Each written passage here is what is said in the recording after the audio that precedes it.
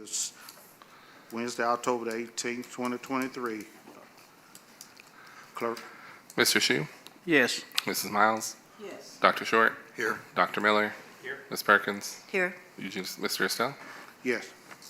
The next on the agenda is approval of September the 27th, 2023 meeting. If anyone had a chance to look at that, and so have a motion to approve it. There's been a change on the minutes. Did you all notice that? Y- If you read the old one, Your correction. okay. I'll make a motion we approve the September 27, 2023 minutes. Second. Mr. Shue? Yes. Mrs. Miles? Yes. Dr. Short? Abstain. Dr. Miller? Yes. Mrs. Perkins? Yes. Mr. Estelle? Yes.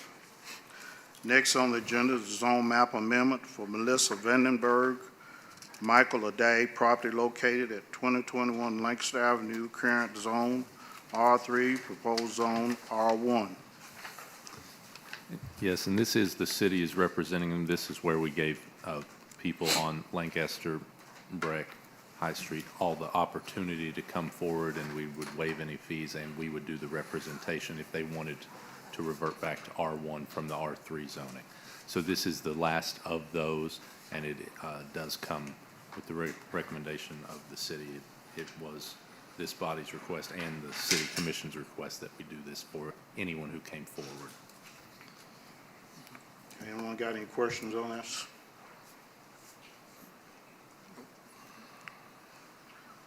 Get a motion? Yeah, I'll make a motion that we approve the zone map amendment. Did you have a question about something? Zone map amendment For and against public discussion. with the property located on 221 Lancaster Avenue. Current zone is R3 and the proposed zone is R1. And we approve also the findings of fact. I'll second. Need to, Just see if yeah, anybody's here. just see if anyone's here that has got any, opposes it or not. And if not, we can still use You that can- motion that you just made. Okay. Someone seconds. I second it. Mr. Shue? Yes. Mrs. Miles? Yes. Dr. Short? Yes. Dr. Miller? Yes. Mrs. Perkins? Yes. Mr. Estelle? Yes. Next on the agenda is the zone map amendment for Ricky Fritz property located at 509, 515, and 525 East Irving Street. Currently zone R1C, proposed zone to B2. This is also a public. We were contacted by Mr. Isaacs. He's on his way. He's been held up. If we could go to number 7 on the agenda at the moment. 7. Number 6? You don't want to go to number 6? Number 6 is Mr. Also. Isaacs' representation as well. Is what? Mr. Isaacs is representing both number 5 and number 6. So if we could go to number 7 out of courtesy. Okay, we'll go to number 7 on the agenda is the letter of credit release to Transportation Drive and Automotive Drive. Yes, sir. This, we received a letter and a request from the engineer of record for that development in that area, and stated that all the items have been completed. And this was a development that we inspected, issued a punch list for items that were deficient, need to be repaired. They made those repairs. It's been re-inspected, and that is in fact the case, and the engineers requested be released, and so we recommend that you So release the everything's letter of okay credit. with that? Yes, sir. Any questions? We get a motion? Make a motion that we accept the letter of credit release for Transport Drive and Automotive Drive. Second. Okay. Mr. Shue? Yes. Mrs. Miles? Yes. Dr. Short? Yes. Dr. Miller? Yes. Mrs. Perkins? Yes. Mr. Estelle? Yes. Thank you. Next on the agenda is the update to the Land Use and Development Code, Section 412, signs. Okay, this is, as I mentioned in the past, and what we've been doing actually for the last several years now, surprisingly. We have been working on updating the what is known as the development ordinance, which we're changing that to the land code actually, because that's actually what it is. It governs the use of land throughout the city, and that pertains to development and current use. So we've been taking sections of that as we go instead of one full document. So this is actually the document I'm talking about. And we've been going, sometimes we brought in multiple sections at a time, but usually it's one section at a time. The most recent one we have now that we've worked on for a while, several months, is the sign regulation. And this is one of them we want to try to get knocked out, which we are getting close. I think we have some administrative sections left, but we have made changes, and what we have done with this particular section is there's something known as the International Zoning Code, which is developed by the International Code Council, which is where the building codes are developed and promulgated. So the research and the groups and everyone's involved in developing, for example, the building code that regulates, the requirements when you build a single-family house or a commercial building or apartments. They also do some other regulations, mechanical regulations, things like that. And they also do a zoning code. And we plucked this particular section out of that and tweaked it a little bit to make it our own, that fits our community. And that's what you have before you tonight and what you've had. Hopefully you've had time to review it in your packets that were sent out. Just to add to that information a little bit, what is different about this code versus the existing, right now we have more of the kind of the straight laced. If you're in a B3, you can have a 200 square foot sign, period, right? This actually is a little more up to date, if you will, and has a little more engineering involved. And so what it does is actually regulate signs. It still regulates location and size, but it allows you to tweak that based on your location and the size of your building and the distance you are from the road. So there's charts in here, for example, for commercial buildings, that if you are located on a road that's 65 miles an hour and up, so for example, the interstate, and you're a certain distance from the road, and your building's a certain size, you can have a larger pole sign. So what comes to mind is Buc-ee's. Buc-ee's sign actually is appropriate for where they're at and what they do, but they had to request a variance and be approved a variance to even have that sign they have in the front. Now, at the same time, you don't want Buc-ee's sign on the bypass, right? And so that this regulation allows for the increase in size based on those parameters. So we think it's appropriate, and it is obviously through the International Zoning Code, so that's our recommendation. So what would happen if approved tonight, it will still go to the City Commission for a first reading and then a second reading and a vote. And we'll amend the current ordinance. Any more questions on this?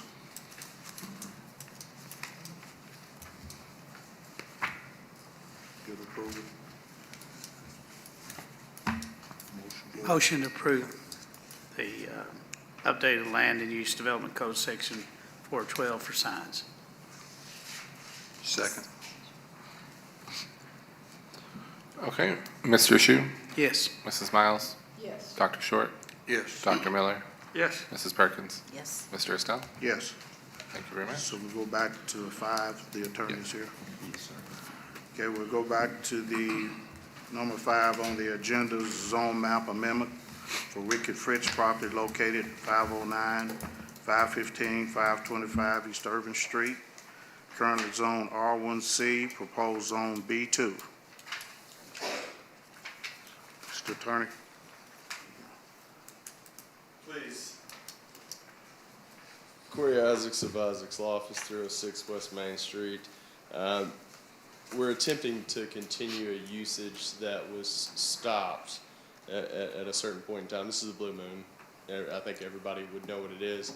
The property within itself is unique. That's what it's going to be used for.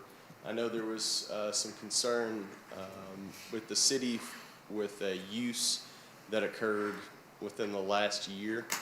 The landowner, my client, Mr. Fritz, certainly heard the concerns, had some concerns himself, however, had entered into some contractual arrangements that worried everybody. Those usages were stopped through a lot of effort by Mr. Fritz. It was not something that occurred by an agreement. He went through a legal process, obtained the result that he himself and everybody else wanted. We wish for him to allow it to be returned to the Blue Moon, not necessarily in regards to the folks that attended. However, the usage, that's what this property has always been used for. In particularity, I think Mr. Frazier had mentioned earlier along the way that there was some concern about the use. We were happy to stipulate that this area, the property itself, will never be used again for any private club whatsoever. I think that may resolve some concerns that folks could have.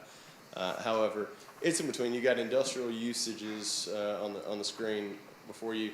To the right, you have some residential usages to the left, and actually, it's not depicted. However, to my side of the screen, you have industrial usages. It meets all the requirements to continue to serve the community as the proposed use. However, the fear that it would be a biker bar, that's gone. And we would be happy to stipulate to a usage restriction that prohibited private clubs. That was never his intent. However, that's what it became. We fixed it, and we fixed it, which I would say in a very reasonable time in the scope of what I do. We fixed it in a short period of time and evicted those folks. They're no longer there. And I think we satisfied a lot of concerns that the city had. Mr. Frazier may be willing to chime in on some of that, but we did it. We just want to use the building for what it was used for in my lifetime and continue that usage just as a commercial establishment. That's it. And we would go so far to say we're happy for any restriction that you all wish to run with the land, so in perpetuity, to prohibit any private club, so no motorcycle hangout anymore, right?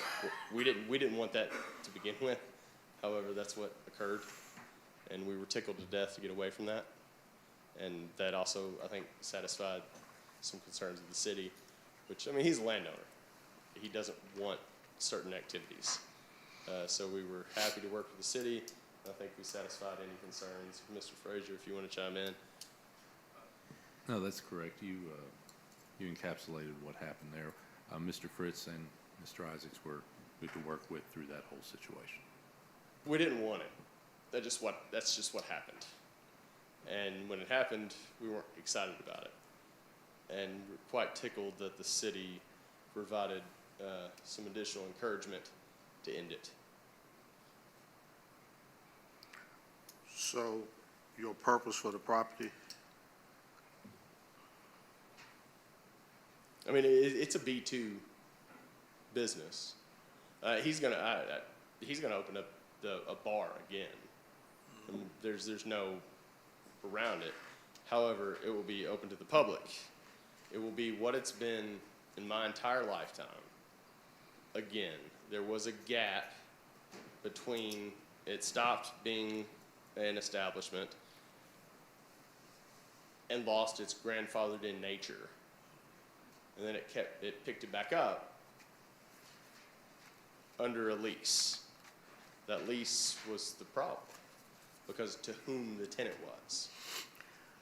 That's it. We got those tenants out of there. And if it was okay before, I see no reason why it wouldn't be okay now. You know, it's still the same scenario. However, the landowner has not relinquished any rights to any organization that would cause any offense or any trouble. And we were tickled to death to get them out of there. It's a business. That type of business isn't good for the city, isn't good for the landowner. And we we did absolutely everything that we could do, and we had to have some help from the city, and the city was kind enough to help us. Now, are there We two ignored pieces, that. oh, excuse me. Are there two pieces of property that are zoned residential next door to that Well, yeah. you all also own, or that Mr. Fritz owns? Correct, but can you zoom in any farther?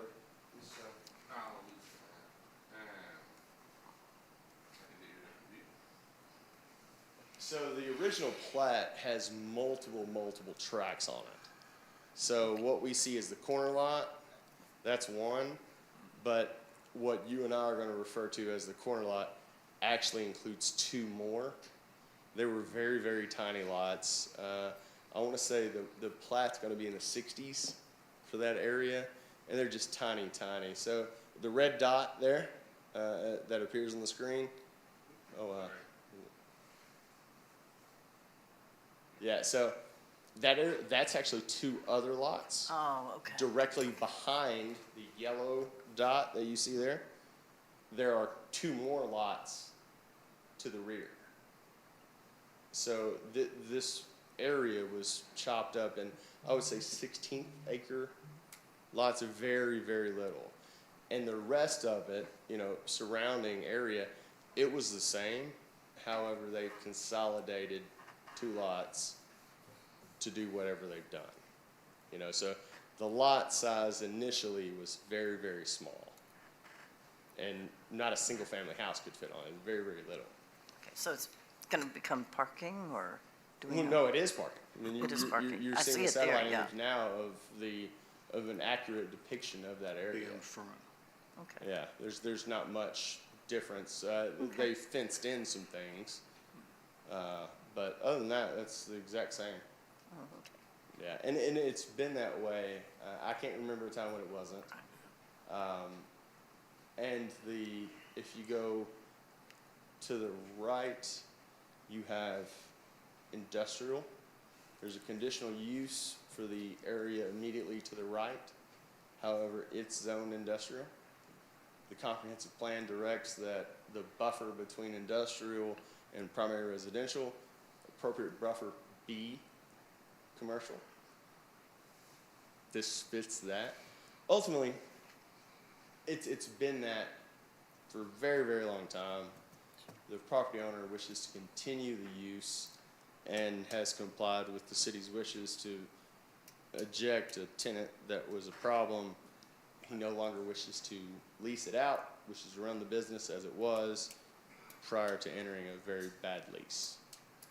Mr. Isaacs, there's that privacy fence that runs through there parallel to the street. So are we talking about the property in front and behind that privacy fence? Correct. The green space behind, it's part of it. Right, he owns it, Okay. right? About where the arrow is and that green space in there also? Yeah, Oh, he okay. owns that space there. The acreage there, if you see the driveway on the far left portion, two of those would be a lot. Pursuant to our current code, you can't build on that small space. They've been consolidated over the years, but the legal description does contain multiple lots. But I can't tell you when the place was established. However, it's been in that manner for quite some time. My client made a mistake, entered into a lease he ought not have. He wishes for you all to allow him to, little takesy backsies, right? I wish I wouldn't have entered into the lease. I lost my grandfather in nature. I want to go back. He's going to run the business like his business had been ran before. Just to continue. It's literally a status quo. Just going back in time, maybe a year tops in scenario. But again, the comprehensive code states industrial, there should be a buffer between industrial and R1. This gives that buffer. It certainly meets the plan, and it's certainly within the business district. Within the black letter law, everything's fine. The question is, do you all want to do it, right? And that's what it all comes down to. And here, it makes sense, it's been that way forever. The scenario is, he entered into a lease he ought not have. So And he got rid of it, and he washed his sin. my The city question and I worked is- together. My question is, so the building itself is B2. Well, That's what you want it to be. is B2. correct, yes, yes, yeah. And everything else is at R1C, right? Correct, and it's just parking, but I think it's, and the city can certainly chime in. The parking, I think they want it to be a part of the structure itself. If it's R1, his use is fine, you know, if that's your all's concern. Parking will work, but from my understanding, and I don't wish to speak for the city, they want it all to be one and the same for the establishment itself, which, you know, makes a little sense. But if this commission has a concern of, well, we don't want anything behind it, okay. Well, my concern would be, you've got some residential around to put a bar back in there. We don't want to.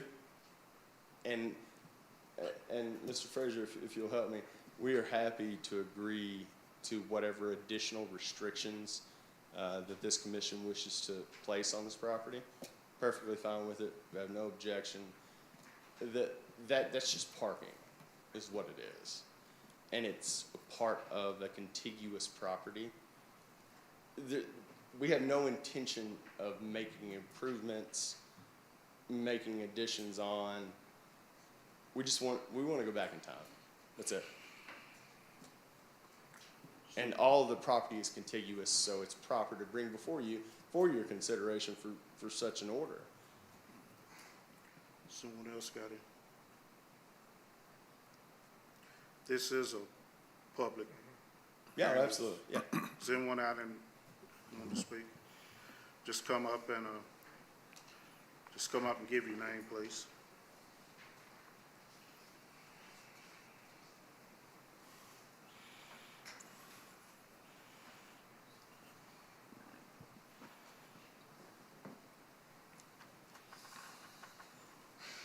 Good evening. Good evening. Please forgive me, my adrenaline is pumping, so I'm going to have to moose-saw. My name is Brenda Covington, and I live at 1023 East Irvine Street, which would be across the tracks from where Mr. Isaac is talking about. Yes, the Blue Moon has been there all of your life. Easy, Miss Covington. And it was, and it's always been a dagger in the heart of the Black community. Because the area that you're talking about, it may not look like much to others, but it's the historical Black area of town. And we love our area. And we have had to fight constantly to bring anything of worth, and you know that I'm telling the truth, into that area of town. So yes, while Blue Moon has always been a part of it, it was not actually a part of the community. It was something that was an entity unto itself. Yes, it's white-owned, and that's probably why it was that way. And to blow off what happened to us in a few months back in the summertime when the biker club came, I really wish that some of you all had been able to be there to feel what we felt in that community. It's a normal day. I go to my auntie's house because there's senior citizens that live around this area, only to see a lot of bikers that look like MAGA. Yes, I said it. That looked like MAGA. They positioned themselves at each corner of the historical black area of town. They would not speak to us. They were packing and trying to look very intimidating. Naturally, we were concerned what is going on in our area of town. We called the police. They were aware, but they was blowing us off. Everybody that we tried to get help from blew us off, but they knew that they could not afford to actually keep blowing us off, even though that's what they were coming across as doing, because if it concerned us, it was going to concern the city. So we thank you that you were able to help us. I will tell you that as far as I'm concerned, the power of the Lord went to work, because as a resident of that area, I went back the next day and walked that area and cried and prayed, because I never had felt, I had never felt like that before. To have somebody, think about your home, think about your home, wherever it is that you live, and people come into your area of town that you know don't like you. That you know they don't like you.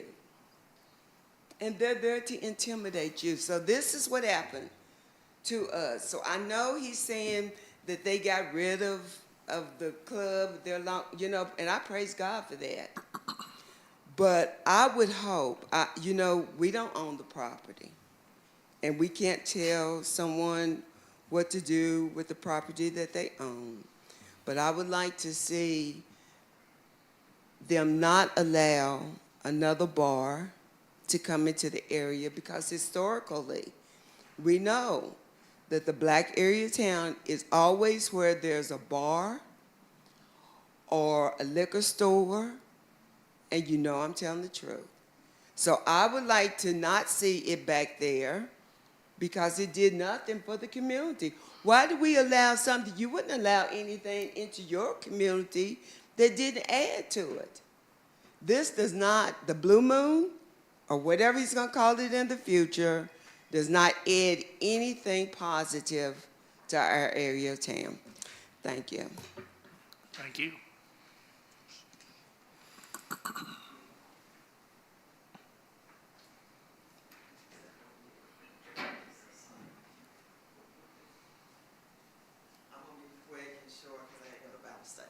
Good afternoon. My name is Brenda Douglas, and my mother lives behind the Blue Moon at 427 Elm Street, and she's 91 years old, and she's by herself, even though we're there every day. The Blue Moon, I know the gentleman spoke earlier and said about the little houses, but to be perfectly honest, sir, because I'm 60-something years old, it was actually 4 houses behind it and 4 others to the right of it. So, they were little shotgun houses, but there were people and families that lived there. So even though it's small, it still was a community. And what we dealt with is every time the Blue Moon was there, I won't even address the other issue that Sister Covington has already addressed, was dealing with people having their spirits, liquor, and having to deal with people calling us niggas consistently. Now, I'm not my mother now, so we don't turn our head the same that they used to. So I just want you all to take that in consideration when you're talking about putting another bar back there, because those days are over for some of us. Mom them was quiet. We're not. And taking names like that, when people get some liquor in them and they want to show their true color, is something we hope we don't have to deal with again. And with my mother still being there, she's the last resident on this street, behind the Blue Moon, that still lives there. Everybody else has gone, either dead or moved away. So I just hope that you take that in consideration, that there are a few still there that don't want to be called out of their names because somebody chose to put some things in their body that caused the true them to come out. So that's all I want to say to it. And, the city is starting getting a lot of phone calls from us. If the Blue Moon goes back and we have to deal with those same issues that down through years we have dealt with, you will be getting a lot of phone calls, and I will call everybody I can outside Richmond, Kentucky, to put us out there on the media and say this is what we're still dealing with in 2023 or 24. Thank you so much for giving me the opportunity to speak. Is there anyone else? Let me just say this. That is zoned for a business like that. So, I mean, if it passes or if it don't pass, if it passes, that's just what it's got to be. And there'll be no change because that's what it's zoned for. And my only concern is that it's going in an area where there is single families, where their families at. That's my concern right there. Putting a bar in there, and now you want to talk about Blue Moon? I live up on 4 Mile. I'm 73 years old, and I lived there all my life. But there is a concern, not only there, but any place when you put a bar in a single family like that, it's just. That's just where I'm speaking on it. And it's very relevant, I understand. The only thing I would ask that this commission consider is, you're not putting in a bar. It was there first. It was there before. It does meet the regulations. Yeah, I know. And I'm not allowed to speak on any of the issues that the two lovely women that came before me addressed. I'm not allowed. And I'm not going to attempt to. What I would say is quite simply, it meets our rules. It was before. And change only occurs when individuals act together. If there's a concern, let's do it together. Let's go over it, right?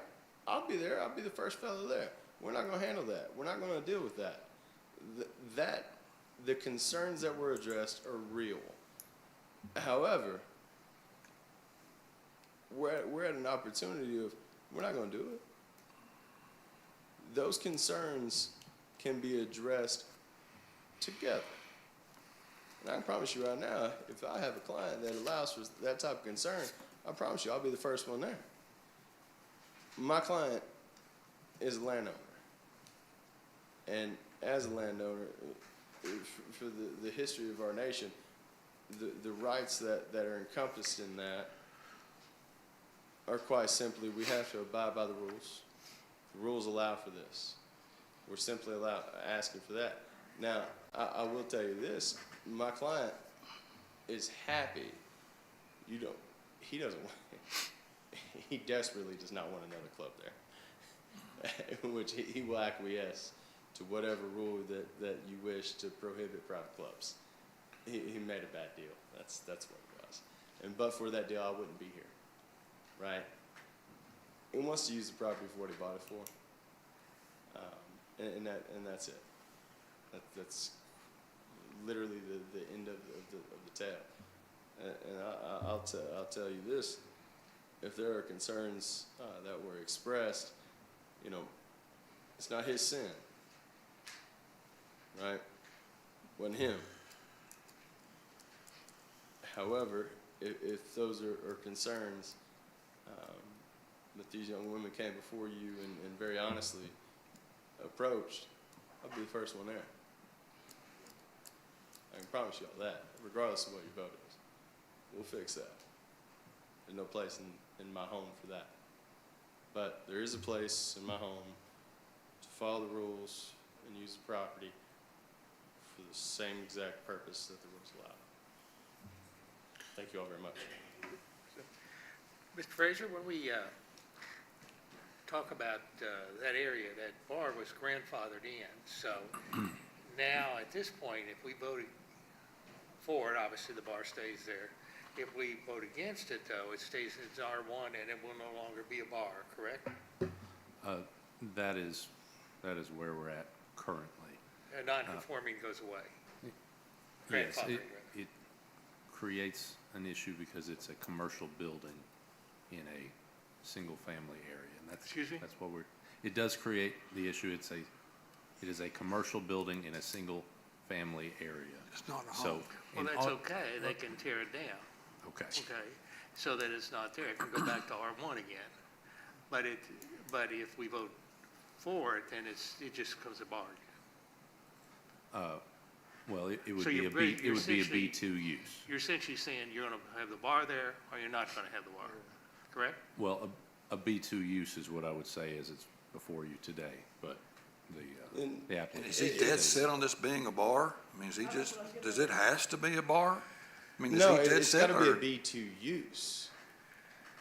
That's not gonna be somebody's house. I But it understand could be a that. restaurant. It could be, exactly. It's not a It's bar. gotta be marketable. But you say, And it's a cinder block rectangular building that will not be a house for anyone. right, we understand that. It Yeah. can't, I mean,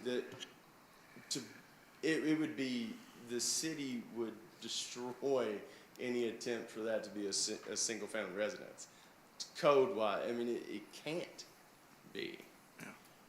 But you kind of reiterated over and over that he wants to put it back like it was. Well, it has to go back to its use, which is B2. Right, but. It can be anything. No, I'm not saying. That's what I'm saying. I think we're kind of getting muddled over on that. No, absolutely not. It does not have to be a bar. Absolutely not. But it can't be a single-family residence. Right. Unless, as Council said, we knock it down.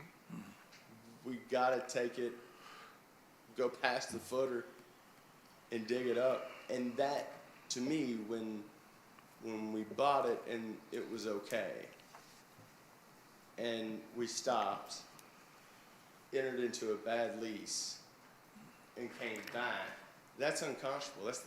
There's fairness in everything that any authoritative body does. And that's just not fair. I disagree. I think things change over the years. I think that's a bad place. I think those people in that area, I went through it, have tried to improve that area. And I think putting a bar back here is going to deteriorate that area again. And we have a chance now to move it back to an R1 and let it stay there and no longer have a bar in that area. I'm not willing to agree that a place that you give the proper noun to as a bar is a deterioration. There are wonderful people that go in and out of establishments that serve alcohol. It's no different than an Applebee's on a Thursday night. There are good people that come in and out. Any other suggestion is purely hypothetical. Would you like to have a bar next to your house? I own a bar. Yeah. And it's But is not, it next and you're door? not allowed to say that would I want one. We cannot address the issues in that scenario. The scenario is quite simply, does it match? Does the rules allow? Can I ask you something? Please. Is there some sort of a restriction to prohibit a bar? Or is alcohol licensing, is that a way we can prohibit it from becoming a bar and allow it to become a softer business? Excuse me, I think the way to look at it is what I previously mentioned. You need to look at it like the request is to rezone it to a B2, and the adjacent parcels have four lots or whatever it is.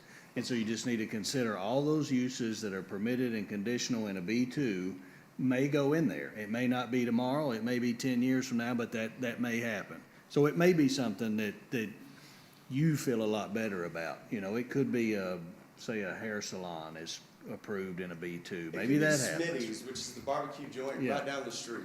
So, Any of those usages apply here. So I think the question really is, do you feel right now it's zoned R1 and the use has been a bar? Now, how long that's been since it's not been in existence or in use, I don't know. Now, and I think that's why Dr. Miller brought up, is the current use grandfathered or not? Because you really, it may be if you turn it down, they can still open a bar there, if it meets that grandfathering requirement. Maybe. But if you pass it, and a bar is allowed in a B2, and these are all B2 on Main Street, for example, then certainly they may be able to open a bar. They may put something else in there, and then also the adjacent lots, depending on size and some other things, but they may be able to open up whatever business is permitted there as well. They may build a new one, new whatever.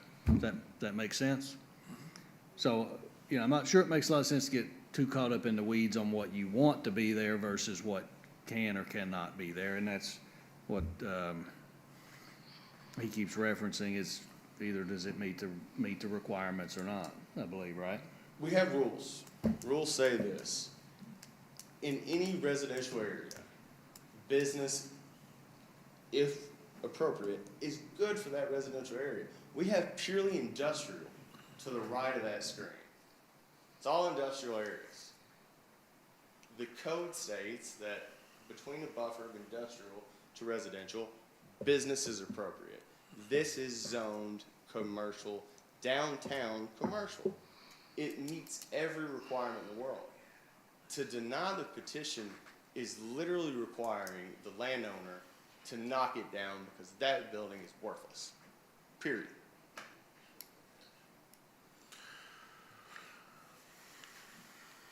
Do we have any more questions on this? Is there anyone else to speak? Can you help me to understand what You come up here. Come on, man. Come up here. Yeah, come on. They want to get you on the mic. Can you help me to understand what R1C is? Single family. Okay. Just like you've got now. And so that's what it's zoned as now. So if it was zoned R1C for single-family homes, why are they trying to change it to Zone B2? Well, I think the reason is because all that area, Richmond, okay, was all, when the zones came in. But that bar was there, and they said, okay, we're gonna grandfather that in, just like you have gas stations in Western. So, what happens now is, this place has been closed a while, and when it is, then they lose the grandfather. So, that reverts back to an R1, which is in that area. Which is single-family? And so Single what we're family. coming up with is now do we go ahead and put it a B2, back where it was, and give it a true zone now, not just a grandfather? Or do we leave it in R1, R1, like the rest of the area? And B2 is for businesses? yes, Small. Okay. for business, So it's currently R1C, family, single family. and someone's wanting to change it to a B2? B2, correct. Okay. Business. And if it stays the R1C, the Blue Moon stays just because it was always there? No. Because it can't be used as a business or a home. So basically, as he said, now they're just going to tear it down. So I don't understand what the, Yeah, if you could remodel it and make it into a home, if you could. Yeah, But so you've got a chance of that happening. so if you This is already possible. have it currently zoned as a R1C, They can be changed. why do you have to change it to a B2? When leaving it as a R1C would take care of the issues that the community has does that make sense? Okay, I just wanted to make sure. He just wants to make it where he can Just actually wanna have a make it- business again, but be now in a zone where it's supposed to be, is what it boils down to. Yeah, Yeah, but you would have to change it in order for it to be that. correct, Yeah. correct. Okay. My vote is that it stays. Oh, I don't get a vote, do I? We understand. I'll leave you with this. The change is to not allow it to be what it is. It is the absolute aspect of that establishment, that property, the dirt, the cinder blocks, the mortar. It is what it is. So any change from what it is would be to single family. And I'm telling you right now, there's not darn way in the world that that's going to get approved as single family residence. It's impossible. Why do you keep saying that? Ma'am? No, That's okay. That's okay. Let him talk. No, she's perfect. And the reason why you have to have certain codes met for a single family residence compared to a business. That cinder block building would not meet anything currently, and if there was a change in its use, because it would be the change, wouldn't be anything different than a change, because it currently exists the way it's existed. If you wish to make it, then you would have to apply to current code, and the structure wouldn't allow. The plumbing, you would have to go into the foundation, which is where your plumbing is. You'd have to tear the foundation out. I'm simply asking, the rules allow, it was before, simply asking to allow it to be continued. That's it. There's no extraordinary change in circumstances. There's no development. Quite simply, the landowner wishes to use it for what it's been used for. And that's business. And the code, our rules, specifically state that usage is appropriate as a buffer between industrial and residential. And it was that use way before residential occurred. Anyone else got any questions? Might get a motion, please.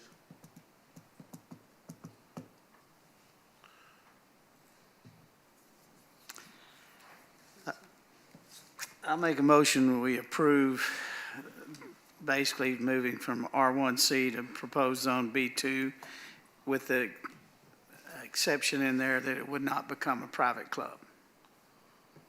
Did you agree to that? Did you not, Mr. Isaacs? We will absolutely stipulate no private clubs. We're tickled to death. If we wouldn't have done that, we wouldn't be before you. And the reason I'm making this motion is we don't know really how long it has been closed.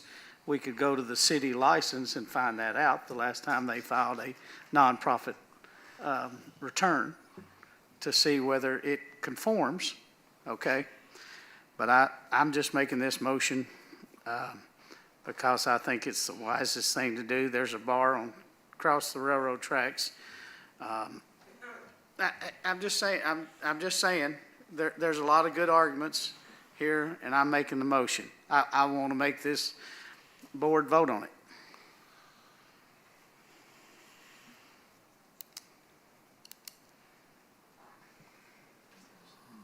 If I can't get a second, we Need a second.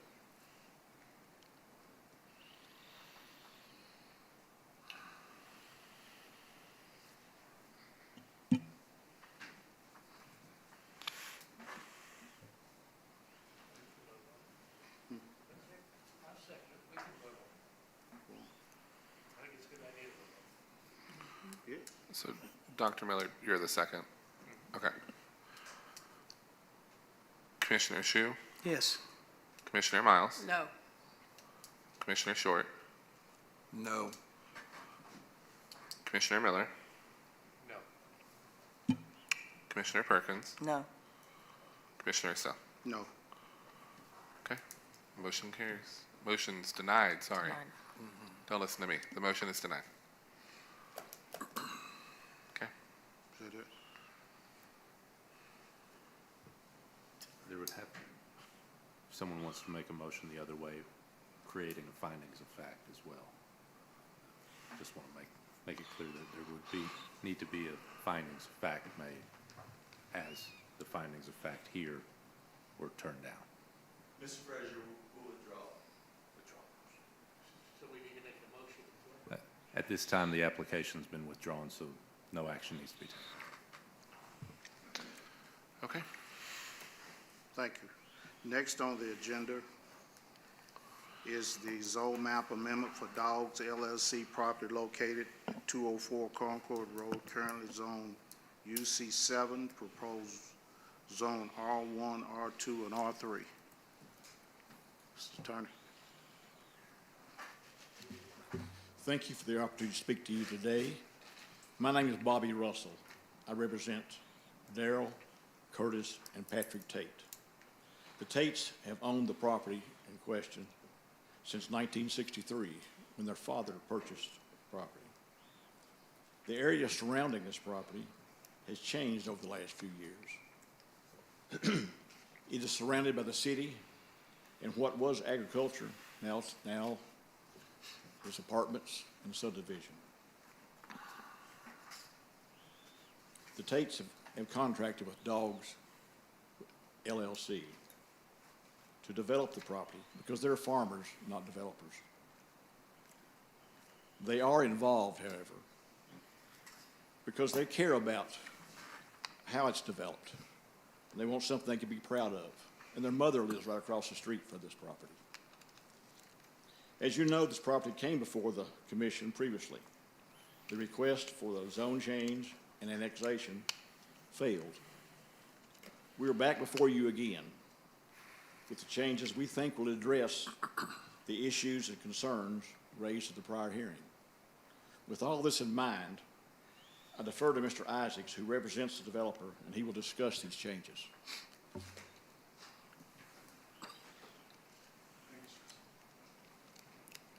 So the current area before you guys, Mr. Jones, can you blow that up so I can see the bottom portion? There we go. So the last time we were before you, we were asking for a different initial zoning. This, the city commission has already made a finding that this is urban in character.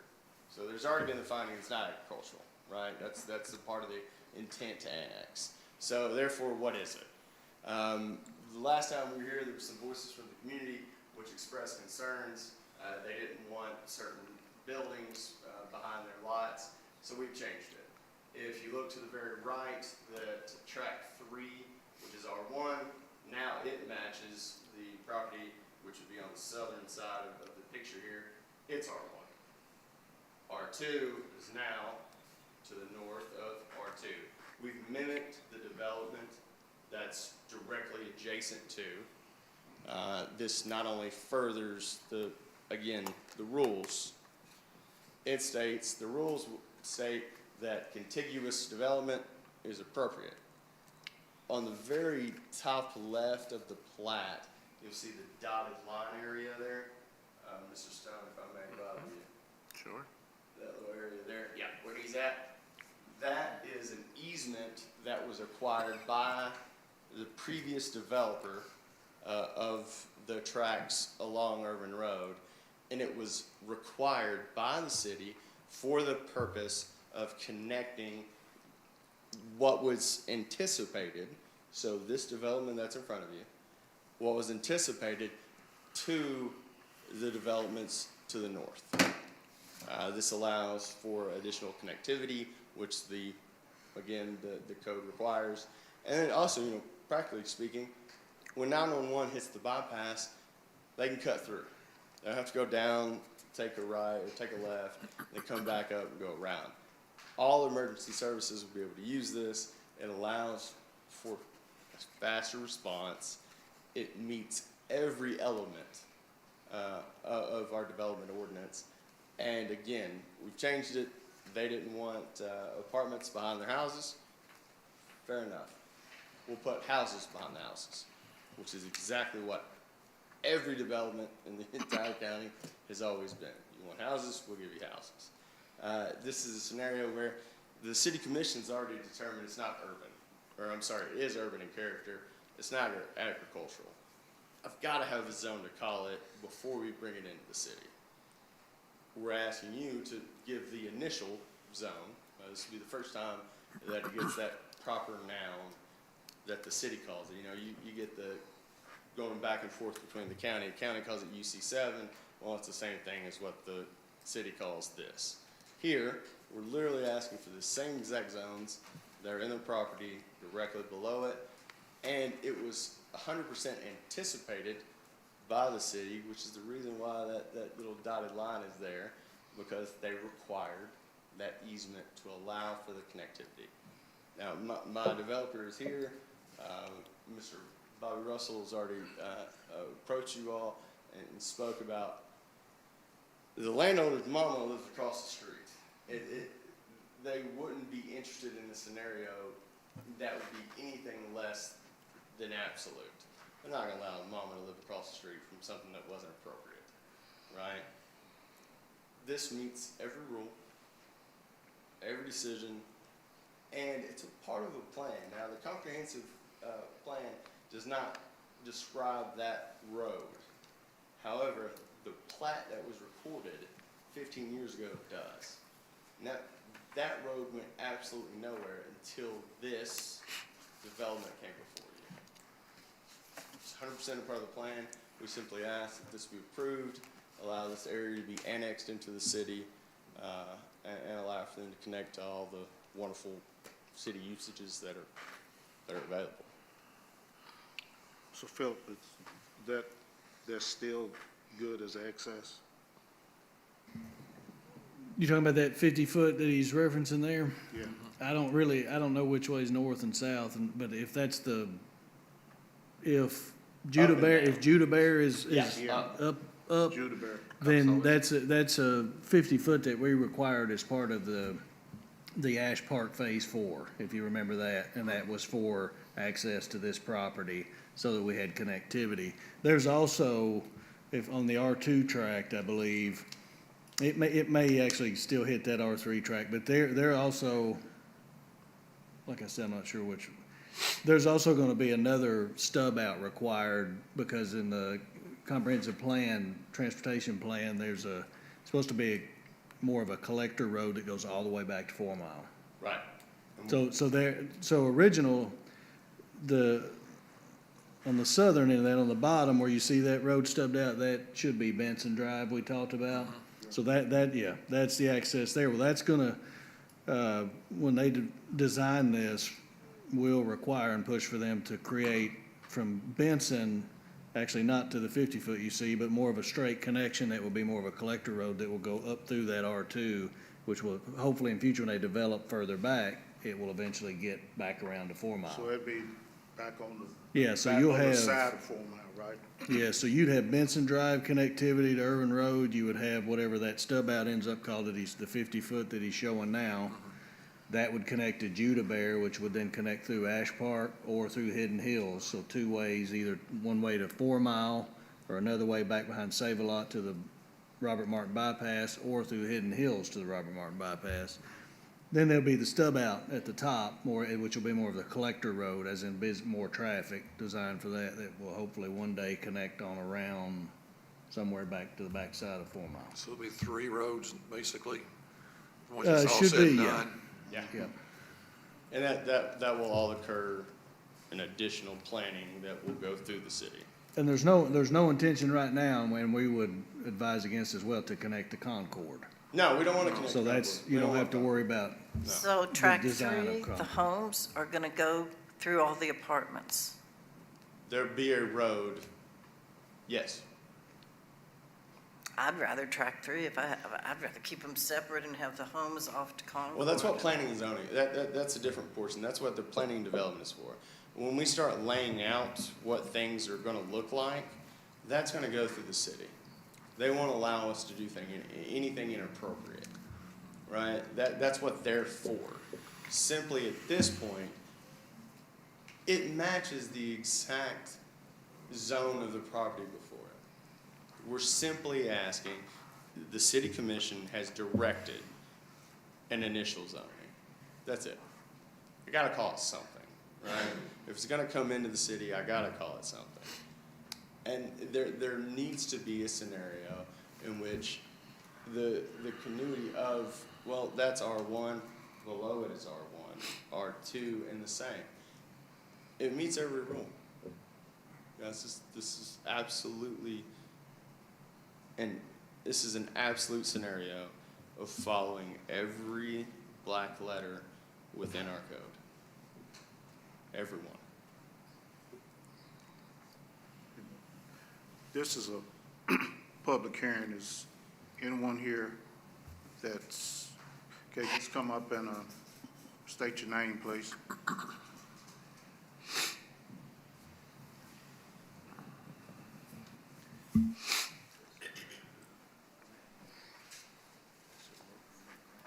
Good evening. My name is Lori Williams. I live on Oxford Circle. I live on the opposite side of the circle from where they're talking about. I moved to Richmond from Lexington 2 years ago. The house that I purchased had a backyard and then this beautiful hill and all these lovely trees. It was just picture perfect. Well, last year, they started putting in 3-story apartment buildings behind my house. They cut down all the trees, and now I've got 2 full 3-level apartment buildings whose windows of their living rooms face directly down into my yard. I can't leave my windows open in the back because there's construction workers there all day long. Eventually, people are gonna be living there. It's horrible. They have such bright lights lighting up the stairwells in the apartments, which is a security thing, which I understand. But what that does is shine into my bedroom. I work at the hospital in the emergency room in Lexington. I need to sleep. And when those lights are shining in, I've gone and bought blackout shades, blackout curtains. It doesn't help because the light is still coming through. So I don't mind if they made it single-family homes through the whole thing, but we really don't need more multifamily dwellings. We don't. Families need homes. There's enough apartments around in other areas that can accommodate the multifamily dwelling. My objection is, I don't want somebody else to have to live with what I now have to live with because somebody chose to put 3-story apartment buildings in my backyard. I mean, it's very disappointing for me that I invested in a home in Richmond because this is where I wanted to be. And part of the beauty of what I invested in was just chopped down, and now these ugly buildings are out in my backyard.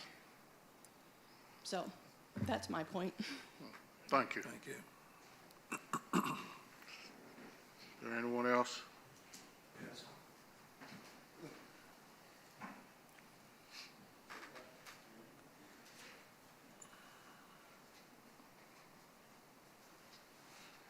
Jesse, would you stand up there at the map? I have a number of signatures here objecting to that particular project. Who do I give this to?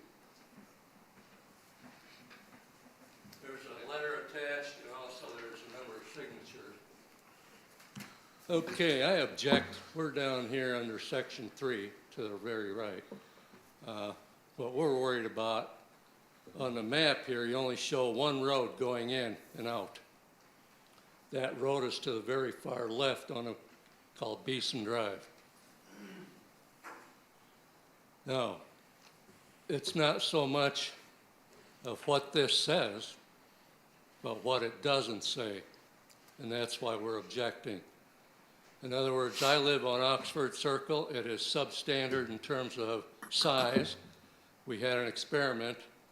I had the fire department come over there, and I had a car parked on each side of the street. That fire engine could not get through, and I had families there to watch. I did ask the fire department, what do I do? The answer was, this road is not large enough to accommodate traffic. We have signs up there now. I worked with the city manager at the time, Mr. Thomas. We got signatures and he put up signs so that we could at least get out the road one way. Now, the second problem with that road is there's only one way in and out, and it's going on a hill. That means in the wintertime with snow, which we have once every 3 or 4 years, and ice, which we have every year, somebody gets stuck right there, all 60 homes are not leaving. That's one of my biggest complaints. And I see that happening to this project too. There's only one street. Now eventually they're talking they may put some up there on top. However, we are worried about on the right-hand side there in Oxford Circle coming out and into my street. I was told, well, we have 60 homes. I was told when this whole project is over with, there will be 600 apartments.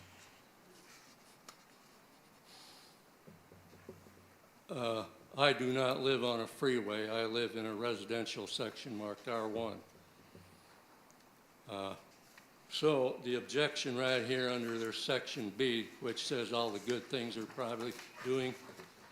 Number one, the infrastructure on the roads. I just explained that. Number two, the city sewer system is right now, I don't know the word for it other than substandard.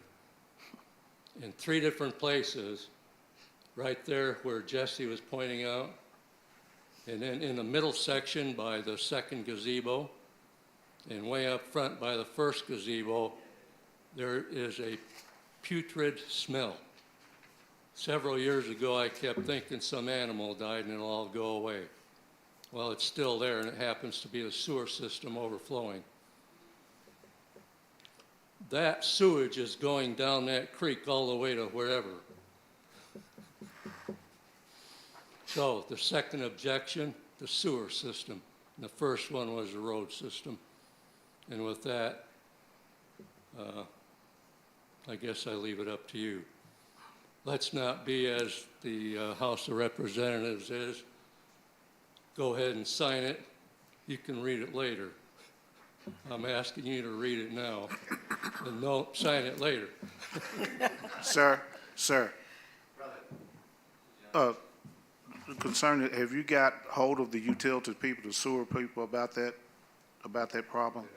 Have you called the Richmond Utilities, anyone about that problem on the sewage? I called the utility, and he doesn't figure anything's gonna be started until next year. And right now, I said, we've been suffering for a couple of years. What's going on? And so this past summer, they actually had a study going on to determine, it's a feasibility study to determine what's to be done with the sewer. And they were there 3 different times.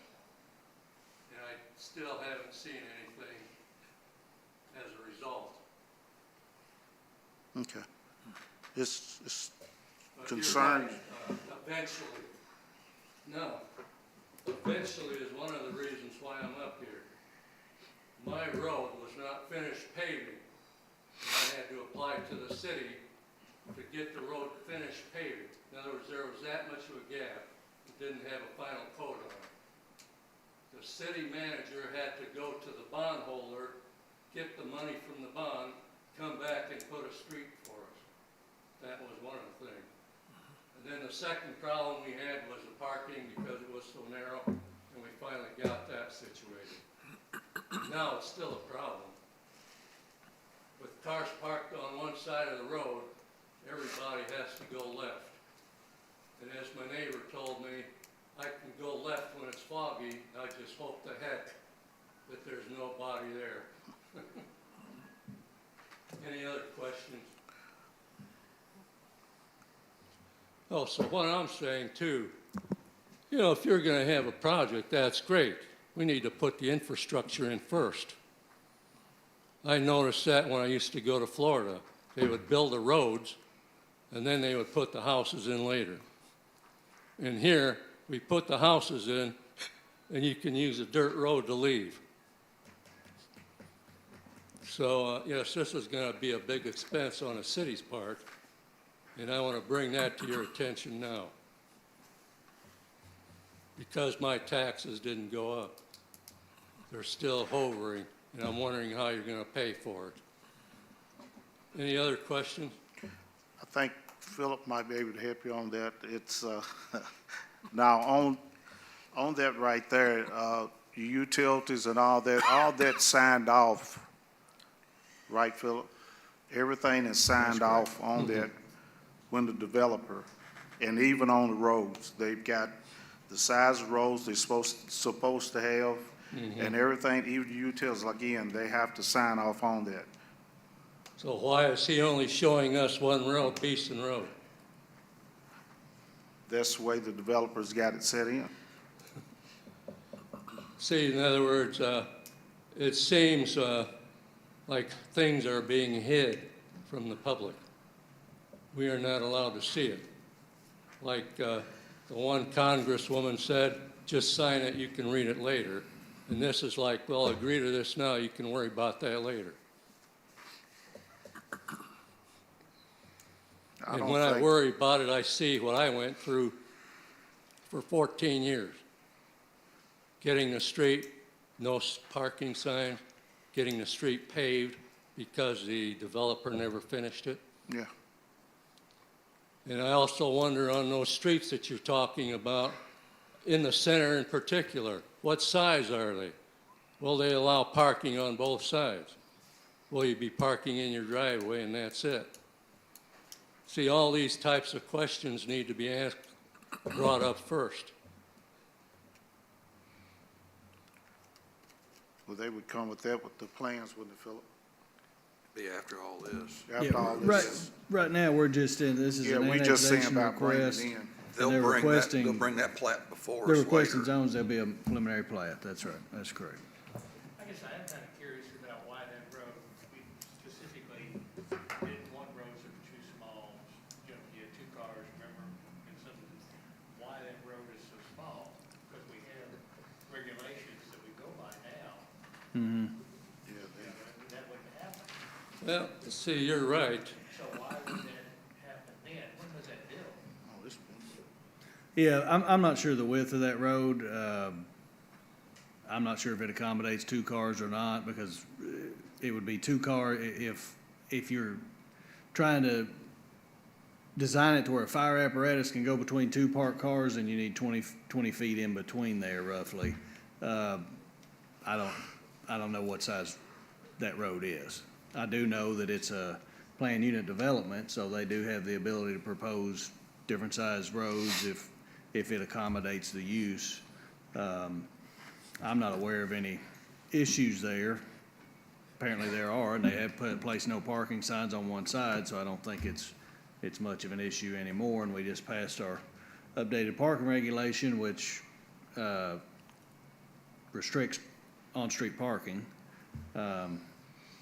And it's a residential area, so I'm not real sure. I don't know. Was this built around 2008? That's when so many of the contractors went out and did the. Probably, but the process, sounds like the process, and I'm somewhat familiar with it, but I was not involved in that particular as far as revoking that bond and utilizing that money. But the process worked. That's why the bonds are there. So if a developer comes in and builds and does not finish the project, put the final coat of pavement on, or install the buffers or sidewalks or something like that, the city then calls that bond, we revoke it like we just did the bond a couple meetings ago.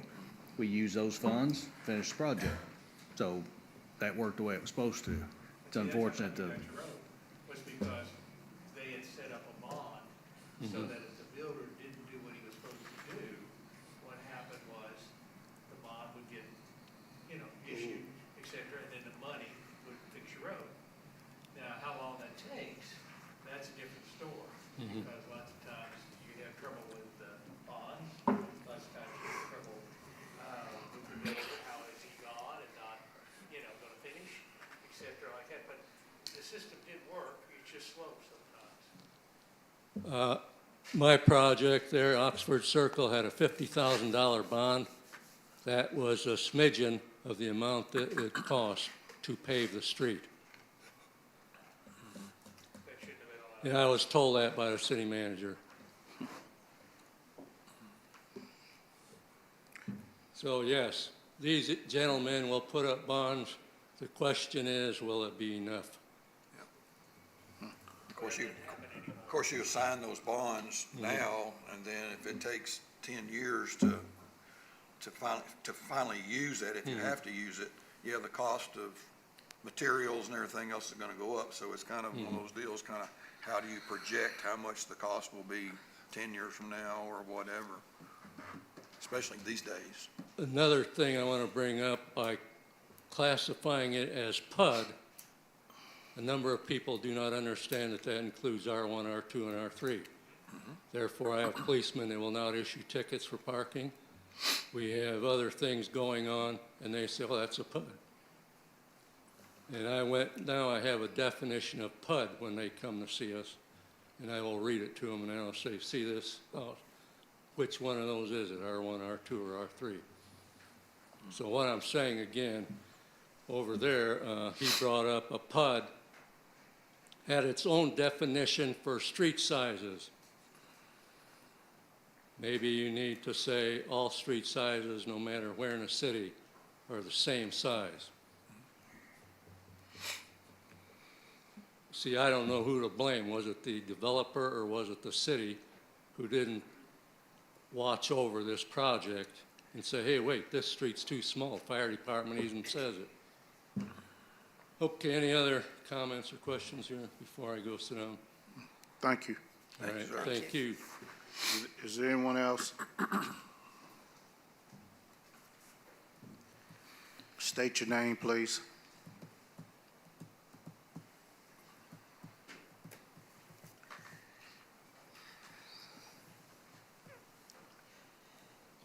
Good evening. Doug Riddle. I'm property owner on Concord.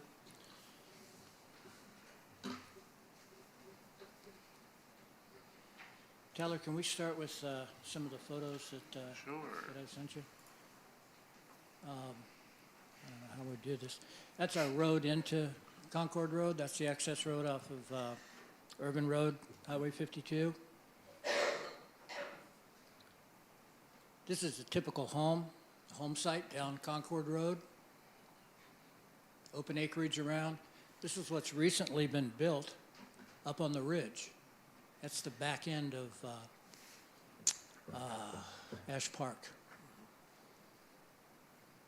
That's the development, the multifamily development that's up on the hill, across, or not across, but just up on the hill from the subdivision from the gentleman that just spoke. That's what they look at. That's the back end. Actually, they don't look at that. They look more at this. This is the rear end. And if you take a look at, we jump back over to the plat that was up on the screen earlier, showing sites 1, 2, 3. I would imagine that as the entryway, which they say is not going to be on Concord, it's going to be coming from the left-hand side of the map in the northwest corner up there. That means it tells me that all those apartments are not going to have the pretty side facing Concord Road. We're going to have the back end facing Concord Road. Tyler, if you flip over to another one of the photographs, I'll show you a picture of the there we go. That one or this one?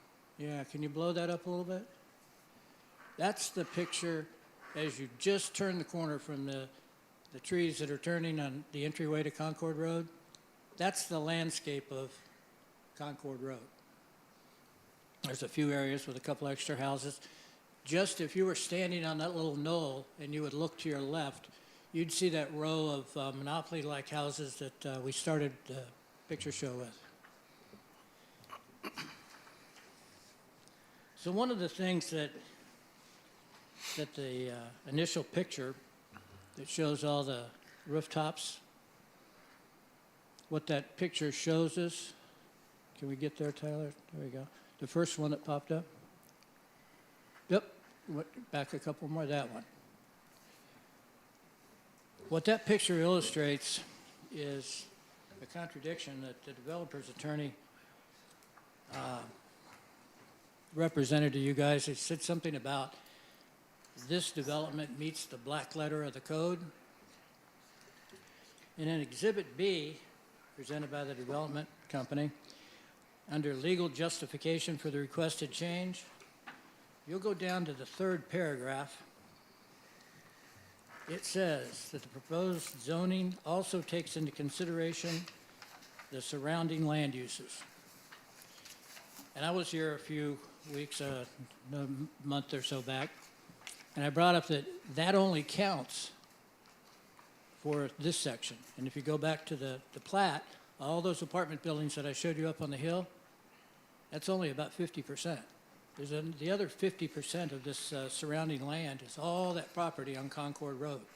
That all the people that live on Concord Road and live on acreages and country-sized lots, they drive right by this. And that's off in the distance. If this development comes in and puts these multifamily units down close to Concord Road, everybody's going to see it coming and going right up in their face, so to speak. If we could jump back to and actually, we were talking about the third paragraph, the proposed zoning takes into consideration the surrounding land uses. All residential uses are bounded by corresponding uses. Once again, that's only 50% true. And then it says that the comprehensive plan's direction for the proper buffering and transitions between all residential areas. Now, they've made an attempt at that, if we could go back to their plat that they presented. They made an attempt at that. It looks to me like the lion's share of the property is going to be the high-density, 30, 40-foot tall, jammed-in apartment buildings with no restrictions as to how many, I guess the restriction would only be to how many acres you had, and they've got almost 60. So the lion's share of that looks to be the R3. Then they moved down to R2, which I understand to be duplexes. And the duplexes,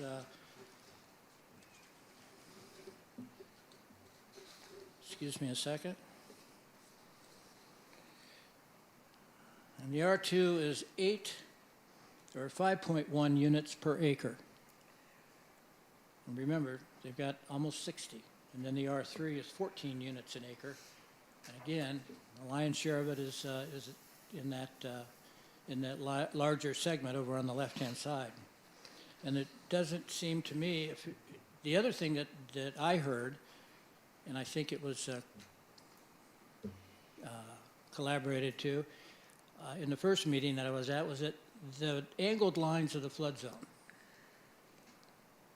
And there was some concern about building right up toward Concord Road. And the developer said, no, that's a flood zone and we're not going to build in it. I don't know whether they're not allowed to or whether that's just a promise from the developer. But if you take away the diagonal area on that particular map, which is, I guess it's not a plat number, it's just the R1 section, that's a very skinny section of single-family homes compared to the much larger sections of 8 units, or I'm sorry, 5.1 units an acre and 14 units an acre on those much bigger sections. So if somebody wanted to transition and properly buffer from these other areas, I don't think that would be the way to do it. It might be to reverse that. If you'd like to gradually tone it down from the mega apartment complexes that are up on the hill. I've got another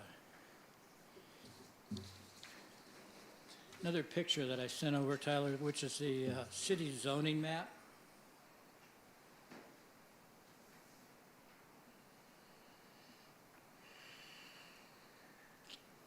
Okay, this property, the little cursor, it's my understanding that this property is directly above the purple area.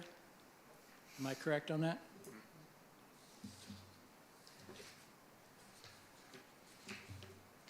So, on the map that I have, that I took off the website, purple says residential estates, but that's where all these 30, 40-foot tall, high-density apartment buildings are. If we go to And Tyler, you were going to see if you could pull this up because I didn't have it in a picture that I could send you. The future land use map. There we go. If you could blow that up a little bit around this area. There we go. And if we look at the legend, which is on the lower right of that, you're going to see that yellow is single family. And the orange is multifamily. That orange is the purple that we saw before on the city zoning map. And this is the future land use map. This is what the city fathers at the time that they came up with this anticipated that area to be. And there's only a very minor little area of the high-density apartments in the orange there. And this property is just to the north, or the top of that orange section. And it butts up to a predominantly large area of single-family homes. So there's no transition at all of going from single-family homes, which is the predominant color and area of that map, and what the future fathers thought this city should be and where it should go, to jump to the orange, to the high density. So I think in keeping with the future land map, certainly the best use for this property would be single-family homes. That's the predominant color on the map. Now, they do have an argument. However, that orange section got changed to high-density apartments. I don't know, but there it is. So if they need a section of high-density apartments, maybe instead of going R3, where they can go 30, 40 feet in the air, they can stack as many as they want in a building, maybe the R2, the duplexes, would be a better transition, which is the language in the city's comprehensive plan. But going back to the plat submitted by the developer with the diagonals that show the floodplain, certainly they could, you guys as the planning and zoning board could have some say-so in moving those lines around. And maybe, again, in the spirit of proper buffer and proper transition, maybe the smallest section would be the high density. And then from there you go to the R2, the duplexes. And a properly designed and built duplex can look a lot like a house with 2 doors and 2 garages. Because you're bound to just put 2 units in that building. I've seen some very attractive duplexes, but still following the buffer rule or the buffer black letter of the code, that would next be after the high density, and then of course is your single family. And if you look at the future land map, it's predominantly yellow, which is single family. That way everybody coming and going from Concord is going to look at a development much like the people that just spoke. We're on Oxford Court, that's just off of Highway 52 when you come in on Concord. So I would just ask you guys to take a hard look at exactly half of what this development will be up against, and that's the scenic beauty of Concord Road. And then I would ask you to go back to the black letter, as the attorney brought to your attention.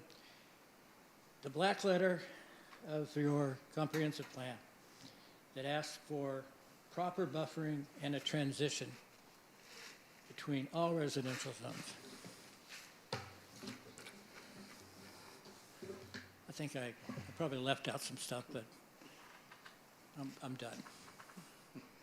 Thank you. Is there anyone else?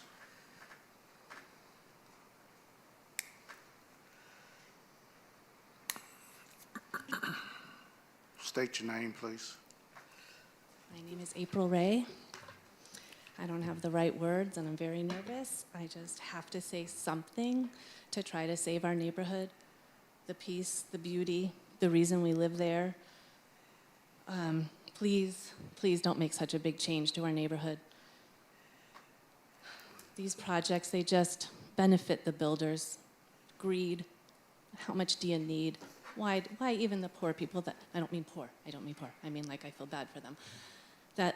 And I grew up in an apartment. grew up, came from nothing, worked hard every day of my life for everything I have.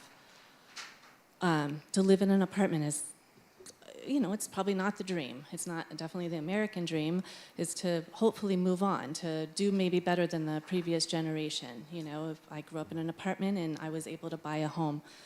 When you live in those apartments, make the apartments as nice as possible for those people. Don't put them in 3 stories and squish them in. Give them a balcony at least. I mean, those pictures even, it's just awful. The greed, that's my opinion. Try to make their lives a little better. You can still get rich, just, the duplexes maybe find a good balance for us who already live there. I also just moved to Richmond, just coming up on 2 years ago, and I moved here for a reason. And I moved to the countryside for a reason. And when I make my left, which is usually coming from town, onto Concord Road, I cannot begin to tell you the peace and the joy that I get. Oh, I love that road, especially in our beginning in the trees. And I just say, oh, peace, peace again, and there's a reason we live there, and we appreciate it. Let me just see if I had anything else, because I'm so sorry, I'm so nervous doing these kind of things. If you're gonna build again, the multi-story, the way that it does affect the neighbors, the lights, all those things, it does make a difference. I actually come from before we moved, in a neighborhood where they started allowing, you could build like a guest home in the backyard to help with the housing prices and whatnot. Well, instead of just letting the city putting some restriction where maybe you put a little single story, but what they did was they let them just build them super tall, and all of a sudden you have no more privacy. So again, you've worked hard every day of your life to finally buy this home, and then it's destroyed, your privacy is destroyed, and that was the point of getting the home.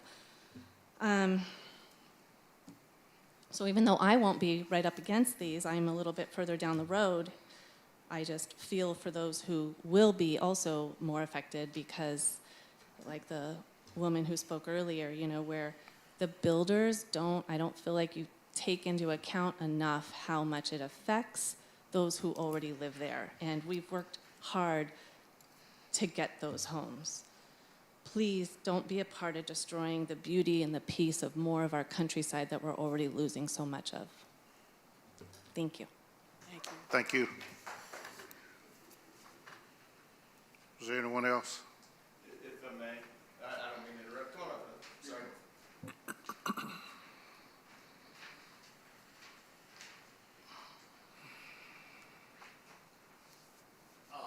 My name is Jesse Likens. I also live on Oxford Circle. One of my biggest concerns is right down there where you get to the very corner, there's a cul-de-sac. There is a right-of-way to that farm. So one of my biggest concerns, and like Jerry had mentioned, is them eventually, even though they're saying they're not going to connect, my biggest concern is they're going to eventually connect Oxford Circle to whatever they're building back there. And like Jerry had said earlier, we don't need people flying through our neighborhood. We have enough problems as it is. And I was one of those people as up that he called the fire engine, and it was correct. They could not get through. So I know Mr. Isaacs had mentioned something about emergency services up here. How's that going to benefit when you can't even get something through on our end? But that's one of my biggest concerns, is them eventually connecting Oxford Circle to whatever they come up with.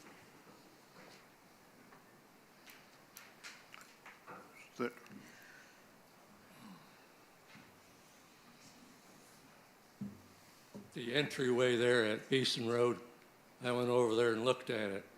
Guess what you see there? A fire hydrant and all the other utility infrastructure. And I thought to myself, I wonder what it costs to remove all that and move it when they put a road in there. That's something you might want to consider. Is there anyone else?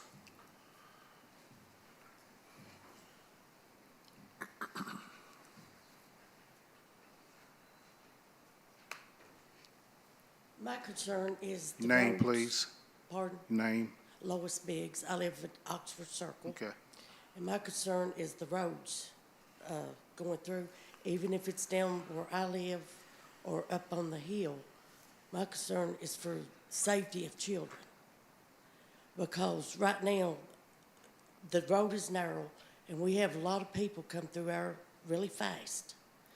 And I walk up on the hill as well as I do in my neighborhood, and there's children out playing all the time. And to me, putting roads through there is like connecting 52. It's going to be just like it. So, I mean, just think of the children too, because they're going to be at risk. So thank you. Thank you. Anyone else?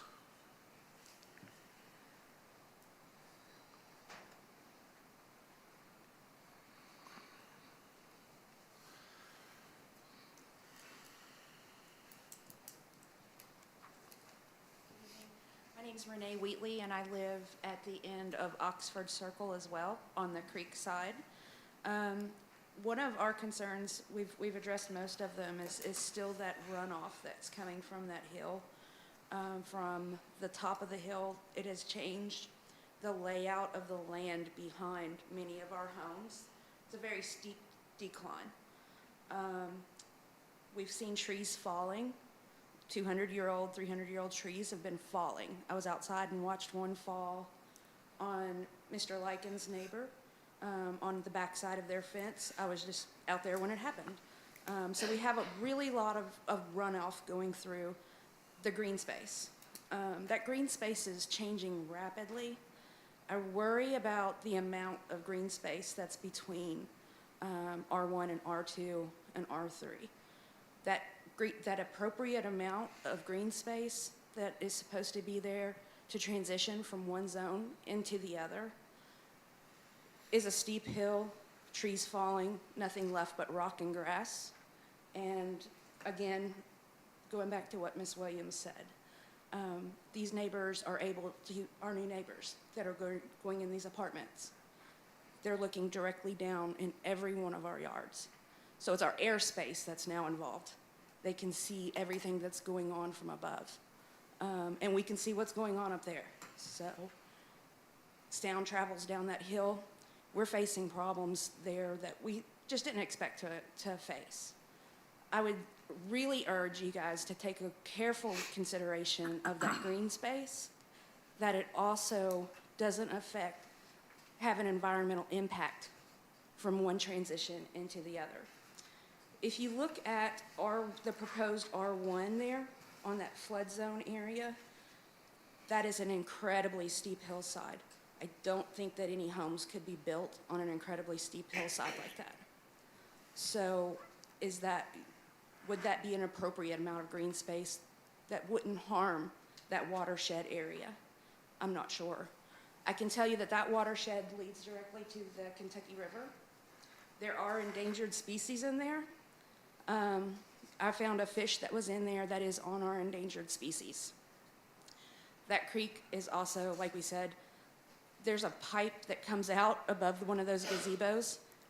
When it rains really hard, you can watch the toilet paper shoot out into our creek. So when I first moved there, I thought, this is crystal clear water. This is beautiful water coming out of Lake Reba. Never allow my children to play in the creek knowing where that comes from. So you're adding a lot of pressure to a sensitive area down near that watershed. So, thank you. Thank you.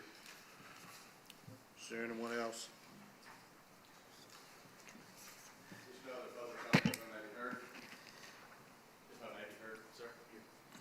Very, very briefly, there are a couple topics. Utilities was brought up by a gentleman. We have spoke with Richmond Utilities. They're actually going to use this property to extend a line. They're going to run an additional line down the current existing line. They're going to extend it up with an additional line. So there'll be additional services. Part of the annexation process requires that I obtain a written letter from Richmond Utilities stating that they are capable and willing to service the property. They have provided such. The utility scenario, not only are they capable and willing to do so, but it's going to extend services. They're going to add additional lines. The right-of-way that the gentleman mentioned on the bottom right-hand side, it's a cattle gate. There's no right-of-way of record. There's not any easement, nothing that runs with the land that would be enforceable. So there's never going to be a scenario where anything that happens there will connect to Oxford Circle. It's a farm. There was a cattle gate. That's all. Which that cattle gate went to another farm, which is exactly where everybody who's come before you today, they live. It was a farm before. It was developed. This development occurs afterwards. The runoff that was mentioned, and it's actually a very good point. It's a very valid scenario, which is why that the developer would have to go before an additional city administrative body prior to having anything approved. So if runoff now is a concern, before any development would occur, they would have to come before an administrative body to ensure that runoff didn't. So if runoff is a concern now, it's going to get better, right? The development, they will require certain aspects to be implemented. And then, you know, the homes issue, you know, I grew up in trailer parks and apartments. A home is a home. It doesn't have to be a single individual structure. The folks that live in those apartments care as much about that apartment as folks who care about their individual structure. And the idea that money makes a home, it never will ever fly for me. People love their home because that's where they get to come home to. And the idea that an apartment's not a home, that doesn't resonate with me. Now, I will ask very briefly, I'll call Mr. Darrell Tate up. Mr. Tate, if you don't mind.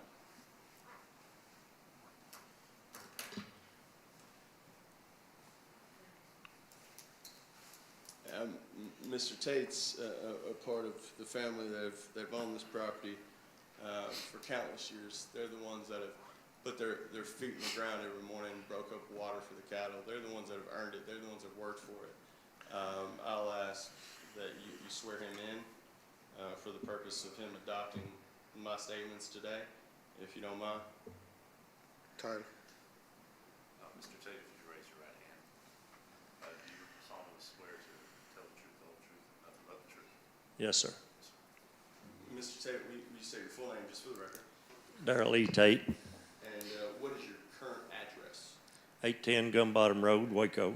And the property that we've addressed here off of Concord Road, is that your all's family's property? Yes, it is, and I lived from 1993 until 2020, just on up a mile on up the road on Concord Road. And you farmed that property? Yes, sir. Your entire life, right? Yes, sir. And did anybody before you and your family farm that property? Yes, sir.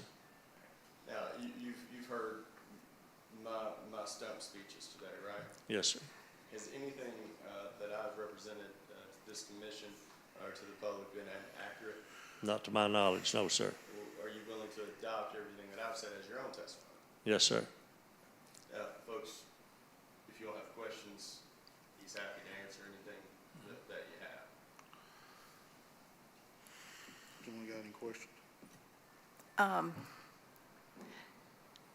I find that area so oversaturated with apartment complexes that it disturbs me.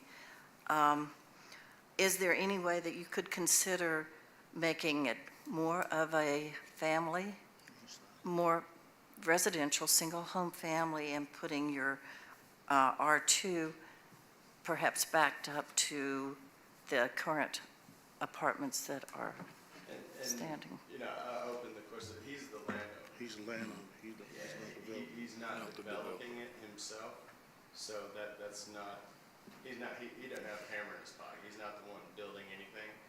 He's just the landowner, so I don't think he would be able to answer any of those scenarios. Okay. You know, and that's fair, you know,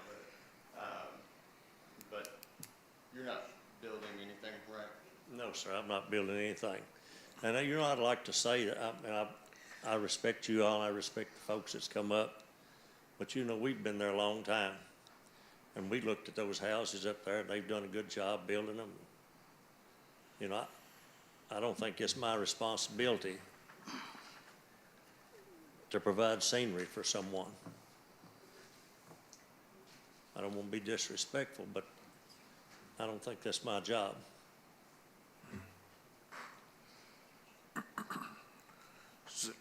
Is there anyone else? Thank you all for your consideration. We'll excuse ourselves. Hold on.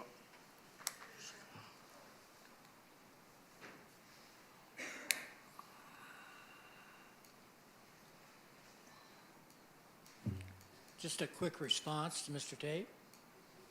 And I agree wholeheartedly. Mr. Tate, Can you speak up a little bit? sure, I agree wholeheartedly. Mr. Tate worked hard on that property and has a right to sell it. Our complaint is with the developer. The developer's trying to maximize his money, and that's fine, that's what they do. I'd just like to direct the board's attention back to the future land use map. This is about the visual. It's not about the money. It's not about who owned it for how long. It's right now. What's the future of that land? And this tells the story. People in this city determined that the best way that this city would grow would be with single-family homes in that area, as indicated by the yellow. They also said in that comp plan that there would be proper buffering and transitions. And it sounds to me, it looks to me like the city fathers that put this future land use map together, that they agreed, and that's why there's so much yellow up there. This property was anticipated, and they need all those roads we've been talking about. All those roads need to be there for single-family homes too. It looks to me like the city anticipated to grow out into single-family homes. Thank you very much. Tyler, can I ask a question? Is that a current map? Those townhouses that are back of Ash Park are not in that yellow area? Because I live on Jennifer Court off of Great House, and that, you can't, it's a little last semicircle there. Great House is now connected behind, they've built a, behind where I live, they've built another cul-de-sac that goes up to the townhouses. So that's not in there, is it? All I can say is that this was adopted in October of 2021, so the map was made sometime before that. Okay. So whatever, So, this shows whatever was there then. so I'm just saying those townhouses that are back of Ash Park are not on that map.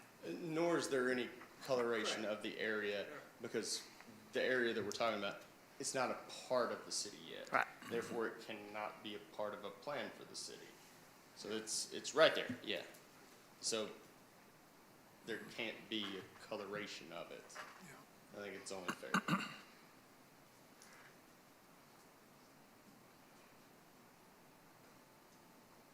Is there anyone else? Come on. State your name again, please. Again, my name is Lori Williams.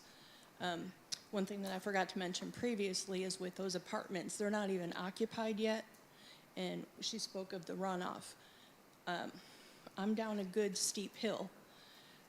My back part by my fence in the back stays damp from all the runoff from the rain, and the bottom of my fencing has started to show signs of water damage and rot. So I'm going to have to replace the fence probably in the next couple of years. It wasn't like that when I moved in. And, shoot, I just forgot. Oh, as far as Mr. Tate selling his property, that's a right. And nobody objects to him having the right to sell his property. Number one, he doesn't live there anymore. He's not going to have to live with the consequences of what the developer does. And this proposal is like when you're dating. You're putting your best show face forward. Get 5 years into marriage, and all of a sudden those cute little quirks that you adored now just get under your skin. They're promising the moon right now. It's going to be great. We're going to do wonderful. But when they actually get in there and do it, who's going to stop them? Because it's all approved. So please, take the people that live there into consideration and what we're already dealing with, and don't compound it with all these multifamily dwellings. Let me just say, thank you for your comment. We're only here to annex this into the city. If it's approved, of course, whatever his development plan, he's got to bring it to the city. That includes the green space, how much green space he's got there. It might be some areas that he might not even be able to build on. I don't know what type of building he's even, if it's gonna be a 3-story or 2-story, what, we don't know what type of building he's gonna put on. But anything that he does, if it's approved, he's got to bring it back before the city to be approved. And there are guidelines even for the fire department, the utilities, and everything that's got to be signed off on for him to do anything. That's for any developer, as far as that goes. So all we doing here tonight is just voting on it to bring it into the city. And again, if it's approved, then he's got to bring the plans back to the city to show his plans. Appreciate all your concerns, which you have the right to be. I'd be the same way. But that's the only thing that we're doing here tonight is to vote on to bring this in. Yes, sir. I can't hear you from back here, sir.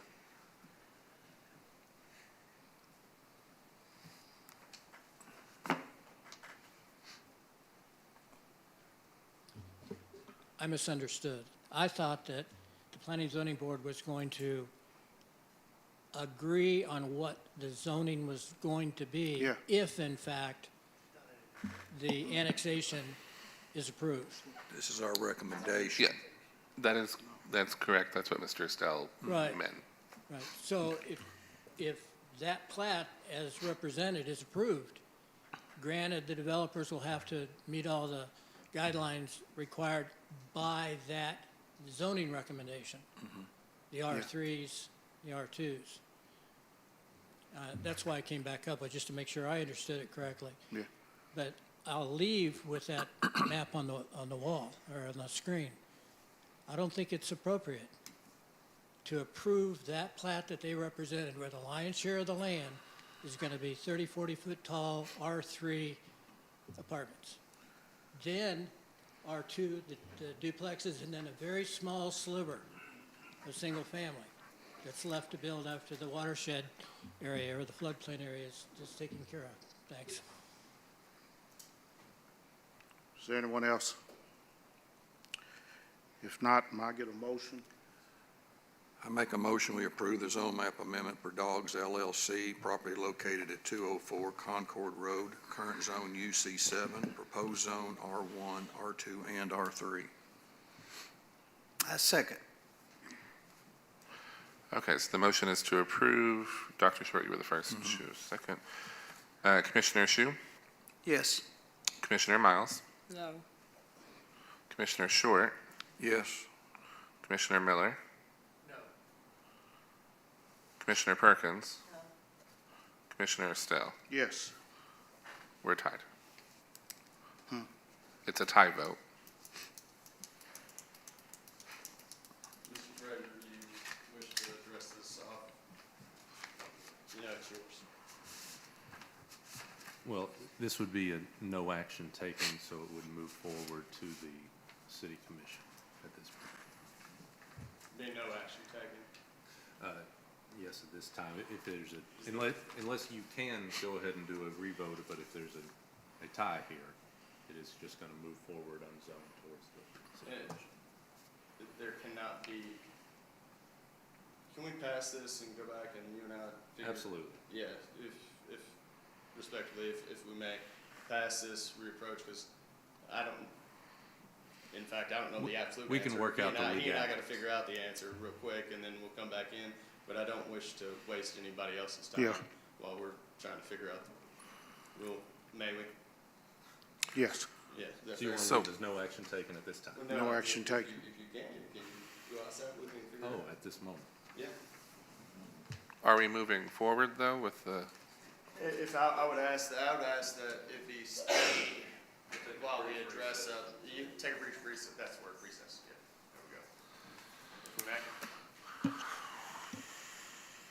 We go into the business, can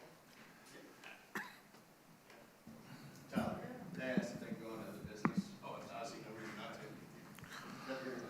Sure you go ahead. Well, since they said it was okay, then I guess it's okay. How's that sound?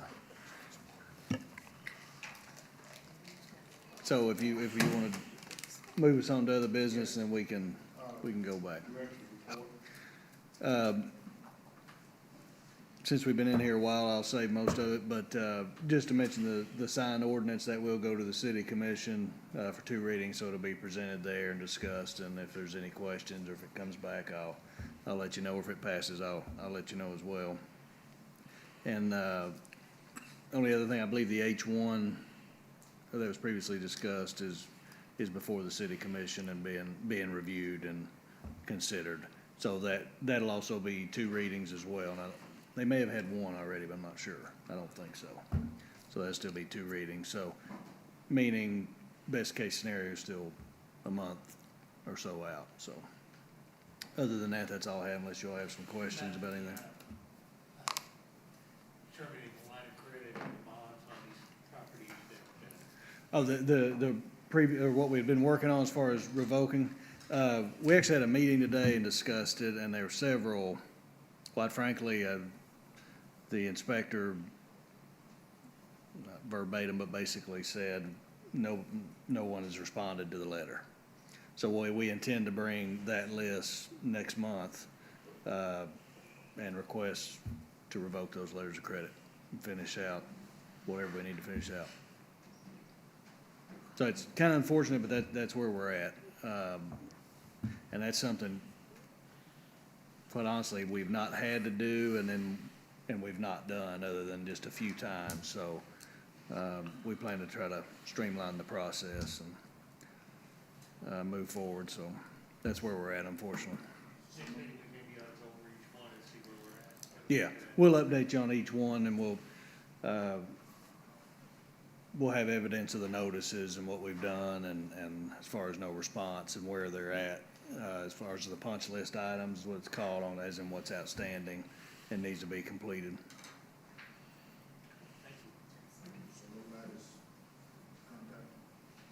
That's it. We have a couple that are actually working, but I think we previously discussed those. So since the meeting where we talked about notifying the others, we've not received a response for the most part, so.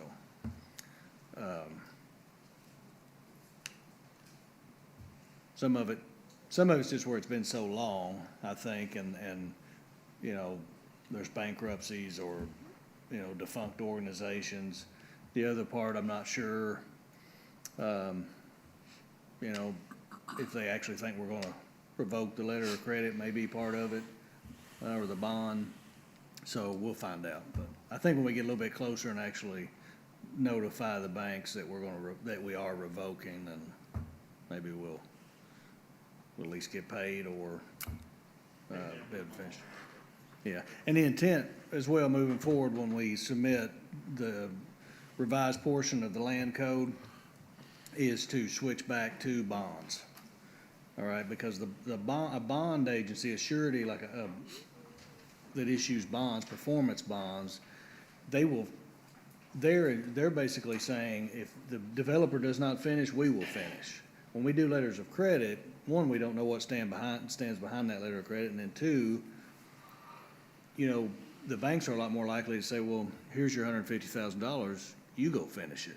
And then we have that whole process and we turn into developers and all that. That's not really the intention. Before though, the reason we went to line of credit, and I just gotten on the board at that time, was because there were some insurance companies in 2008 that refused to pay, they went broke.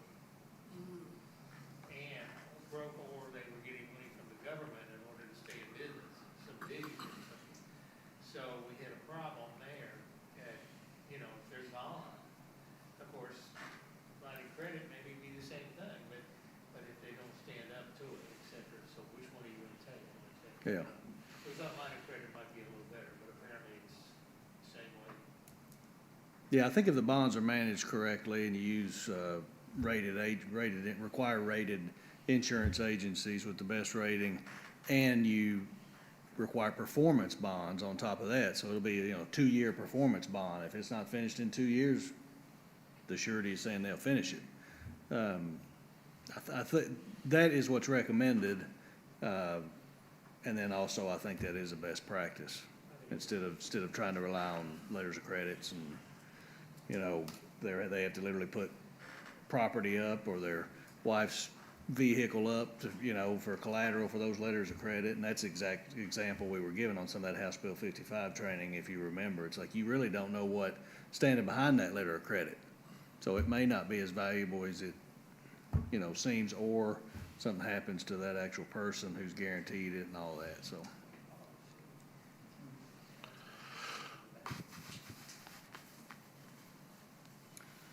So other than that, I don't have anything unless you have some questions.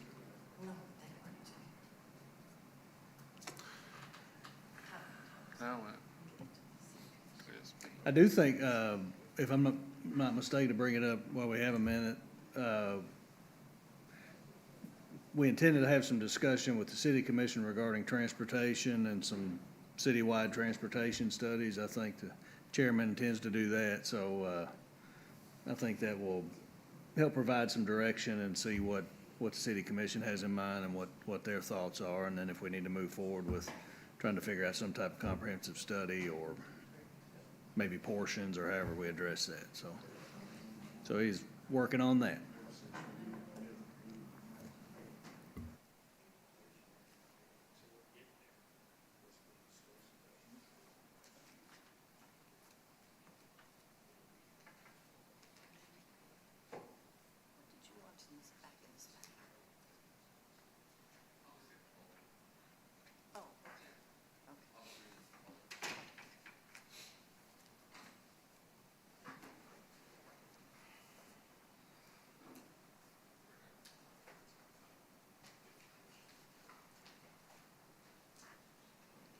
If we may recall the matter, Mr. Stone, I interrupted you, I apologize. no, I was just wondering where we were. What's going on? Mr. Frazier, I think you should, procedurally, I think you should take the lead. There's been a vote. We've discussed the appropriate matter looking forward. We're going to look into some regulations and law. Well, at this point, it goes to the city commission, and we'll move forward that way. And I will discuss any technicalities in the law. Okay. Thank you, guys. I know y'all heard a lot of you tonight. I appreciate it. Thank you. Motion to adjourn. Second. All in Third, favor? Fourth and fifth. Okay. Everybody say it.